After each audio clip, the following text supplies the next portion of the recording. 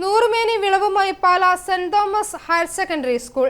കാർഷിക ക്ലബിന് നേതൃത്വം നൽകുന്നത് ഫാർമേഴ്സ് ക്ലബിന്റെ കോർഡിനേറ്ററും ലോവർ സ്കൗട്ട് ലീഡറുമായ നോബി ഡൊമിനിക്കും റേഞ്ചർ ലീഡർ അനീറ്റ അലക്സും NSS കോർഡിനേറ്റർ അൽഫോൺസ ജോസുമാണ്.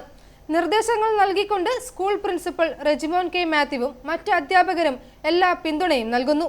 പാല സോഷ്യൽ വെൽഫെയർ സൊസൈറ്റിയും പാല കോർപ്പറേറ്റ് എഡ്യൂക്കേഷണൽ ഏജൻസിയും സംയുക്തമായി നടത്തുന്ന കുട്ടികളും കൃഷിയിലേക്ക് പദ്ധതിയുടെ ഭാഗമായി Pala Saint Thomas higher secondary സ്കൂളിലെ കാർഷിക ക്ലബ്ബും റോവർ ആൻഡ് റേഞ്ചർ യൂണിറ്റുകളും സംയുക്തമായി ചേർന്ന് നടത്തിയ പച്ചക്കറി കൃഷിയിൽ 100 മേനി വിളവ് ലഭിക്കുകയുണ്ടായി. പഠനത്തോടൊപ്പം കാർഷിക രംഗത്തും കുട്ടികൾക്ക് പരിശീലനം ലഭിക്കുന്നതിന് ഇത്തരം പ്രവർത്തനം പ്രചോദനം നൽകുന്നു.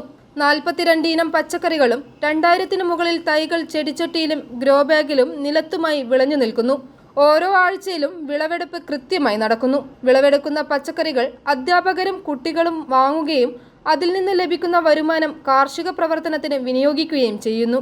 കാർഷിക ക്ലബിന് നേതൃത്വം നൽകുന്നത് ഫാർമേഴ്സ് ക്ലബിന്റെ കോർഡിനേറ്ററും ലോവർ സ്കൗട്ട് ലീഡറുമായ നോബി ഡൊമിനിക്കും റേഞ്ചർ ലീഡർ അനീറ്റ അലക്സും NSS കോർഡിനേറ്റർ അൽഫോൺസ ജോസുമാണ്.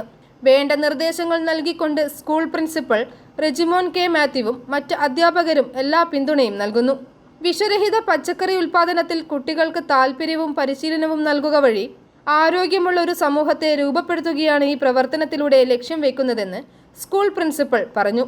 പാല സെന്റ് തോമസ് ഹയർ സെക്കൻഡറി സ്കൂളിലെ പച്ചക്കറി കൃഷിത്തോട്ടം ഏറെ ജനശ്രദ്ധ ആകർഷിക്കുന്നതിൽ അതിയായ സന്തോഷമുണ്ട്.